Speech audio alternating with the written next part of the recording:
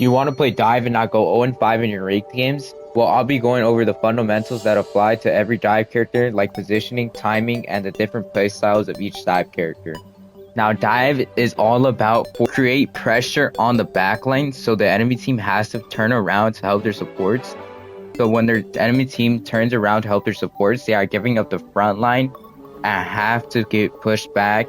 So that gives more of an opportunity for your team to walk up and create more space. Now, the 3 things you have to do to successfully do this are choosing the right person, the timing, and disengaging correctly. Diving, you want to make sure you are behind the enemy support or DPS.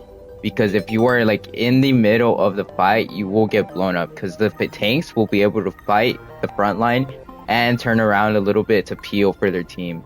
So this is why you always want to make sure you are behind the DPS and behind the supports.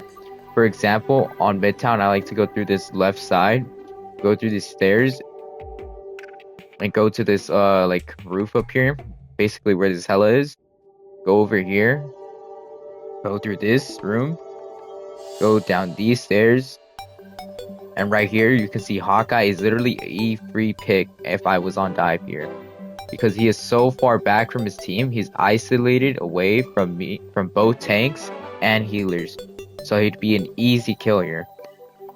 The way to know who to go for is to choose whoever's farthest back. Because those are normally the ones that are isolated and by themselves. So those will be easier picks and it'll be a little harder for their team to appeal for them. Now for example, and both supports are distracted healing their team. So I immediately go for no more. And I pick up a kill on Invis, since my Thor had earlier did damage to her and grabbed her.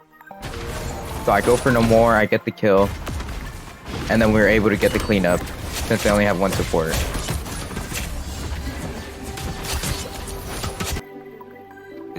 So right here, I see Bucky is by himself, healers are in front. Now because we are about to get point, they are probably going to back up anyway. So I shouldn't have engaged on this Bucky here.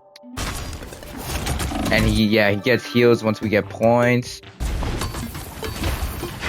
And yeah, I die for it. Now keeping track of ults is really important when you're playing dives to make sure you get kills with your ult. Now here I see Cloak pops her ult and my Invis pops her ult. So I know if my Invis doesn't have her ult, then their Cloak probably won't have ult. Now here I do my rollout. I see Bucky's way too overextended. I go for him. I'm able to get the kill and then pop my ult because I see that Invis pops her ult. And since my Invis only has 69%, I know they probably won't have Cloak ult. So I know that I'm good to use my ult here.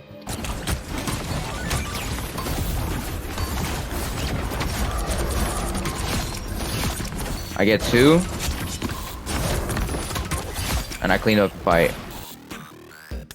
Now, cooldown management is really important when you're playing dive because you don't want to mess up your combos because you don't have your cooldowns with you. Example of this is if you don't have your dash on BP, you're not going to be able to do much since you won't be able to do his combos, and those are his majority of his damage. You'll only be able to melee, and well, you'll probably die if you only melee.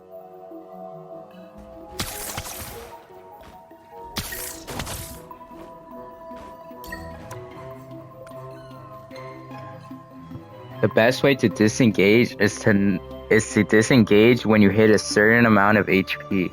Now I like to disengage when I hit about half HP. That's when I'll try to disengage, and I also like to have a route planned out before I engage to know how I'm going to disengage to have the highest chance of surviving, and always have an ability to make sure that you can get out with. So for example, Daredevil's grapple or a Spider-Man web swing, a BP dash, Captain America's dash. Those are all my tips to help you guys dive better in Marvel Rivals. I hope you guys rank up from these, you know. If you have any tips for me on how to improve my editing style or something, let me know. I hope this helped you.